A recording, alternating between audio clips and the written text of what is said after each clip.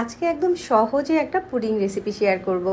যারা নতুন নতুন পুডিং বানানো শিখছেন তাদের জন্য সহজে বানানো এই পুডিং রেসিপিটা অনেক কাজে আসবে। এই রেসিপি দেখে বাচ্চারাও কিন্তু এরকম একটা সুন্দর মসৃণ পুডিং বানাতে পারবে। তো পুডিং বানানোর আগে আমরা ক্যারামেল বানিয়ে নিব। এজন্য চুলায় একটা প্যান বসিয়ে এখানে 1/4 কাপ চিনি দিয়ে দিচ্ছি। চিনির সাথে 2 চামচের মতো পানি দিয়ে দিচ্ছি। চিনিটা কিছুক্ষণ জাল করার পরেই দেখা যাবে একটা সাইড থেকে এভাবে কালার হতে শুরু করেছে। তখন নেড়ে চেড়ে আরও কিছুক্ষণ জাল করে নিতে হবে। যখন এরকম ক্যারামেলে হালকা একটা কালার চলে আসবে তখনই এটাকে চুলা থেকে নামিয়ে নিতে হবে, কারণ এটা নামিয়ে নেওয়ার পরেও এর কালারটা আরও কিছুটা ডিপ হয়ে যাবে। আর যে বাটিটাতে আমরা পুডিংটা সেট করব ওই বাটির ভিতরে ক্যারামেলটা দিয়ে দিচ্ছি। তো যে বাটিটাতে পুডিংটা সেট করব ওই বাটির সাথে ক্যারামেলটাকে সেট করে নিয়েছি। এবার এটাকে একটা সাইডে রেখে দিচ্ছি। আর আজকে পুডিংটা বানাতে আমি 3টা ডিম নিচ্ছি। ডিমগুলো খুব বেশি বড় না, একটু ছোট সাইজের 3টা ডিমকেই বাটিতে ভেঙে নিয়েছি। এবার এখানে 1/4 কাপ চিনি দিয়ে দিচ্ছি। 1/2 চামচের মতো ভ্যানিলা এসেন্স দিয়ে দিচ্ছি। ভ্যানিলা এসেন্সের পরিবর্তে 1 চামচ লেবুর রসও দিতে পারেন। এবার চিনির সাথে ডিমটাকে ভালো করে মিশিয়ে নিতে হবে যাতে করে চিনিটা গলে যায়। আমি এখানে ডিমটাকে বিট করতে একটা হ্যান্ড ব্লেন্ডার ব্যবহার করছি।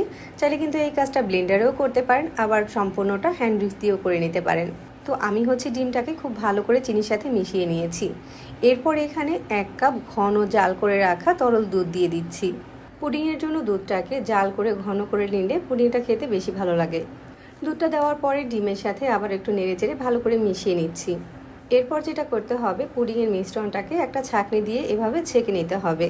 ছেঁকে নিলে পুডিংয়ের রেজাল্টটা ভালো পাওয়া যায় আর অমসৃণ থাকে না। এখন পুডিংটাকে ভাপে বানিয়ে নিব। চুলায় একটা কড়াই বসিয়ে তার ভিতরে 2টা টিস্যু পেপার দিয়ে দিচ্ছি। আর পুডিংয়ের বাটিটাকে এর ভিতরে বসিয়ে দিয়েছি। বাটির সাথে কোনো ঢাকনা থাকলে বাটিটাকে ঢেকে দিতে পারেন, আর না ঢাকলেও চলবে। তারপর সাইড দিয়ে গরম পানি দিয়ে দিচ্ছি। এখানে টিস্যুর পরিবর্তে কিচেন টাওয়াল কিংবা স্ট্রেনারও ব্যবহার করতে পারেন। এবার পাত্রটাকে ঢাকনা দিয়ে ঢেকে দিচ্ছি আর চুলার আঁচটাকে একদম লো করে দিচ্ছি। চুলার একদম লো আছে পুডিংটাকে আমি 20 মিনিটের মতো ভাপিয়ে নিয়েছি। এখন একটা টুথপিক দিয়ে চেক করে দেখছি যে এটা ঠিকঠাকভাবে হয়েছে কিনা। টুথপিকটা একদম ক্লিন বের হয়েছে, তার মানে পুডিংটা হয়ে গিয়েছে।